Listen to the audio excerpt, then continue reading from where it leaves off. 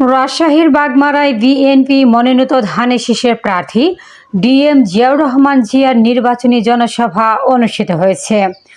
শনিবার বিকেল ৫টায় উপজেলা বিএনপি ও সহযোগী সংগঠনের উদ্যোগে হাটগাঙ্গাপাড়া উচ্চ বিদ্যালয় মাঠে এ নির্বাচনী জনসভা অনুষ্ঠিত হয়।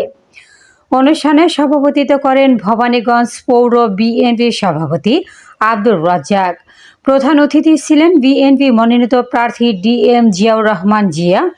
অনুষ্ঠানে বক্তব্য রাখেন রাজশাহী জেলা বিএনপি সদস্য সচিব বিশ্বনাথ সরকার, উপজেলা বিএনপি সদস্য সচিব অধ্যাপক কামাল হোসেন, রাজশাহী জেলা যুবদলের সদস্য সচিব রেজাউল করিম টুটুল, রাজশাহী জেলা জাতীয়তাবাদী ওলামা দলের সদস্য সচিব কাজী নুরুল আলম, রাজশাহী জেলা মহিলা দলের সভাপতি শামসাদ বেগম মিতালি প্রমুখ।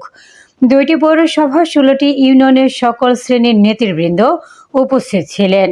আসগর আলী সাগর, রাজশাহী প্রতিনিধি।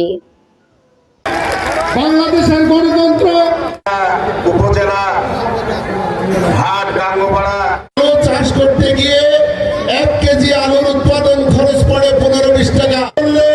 আপনাকে কৃষক কার্ডের বিনিময়ে কোনো জামানত ছাড়াই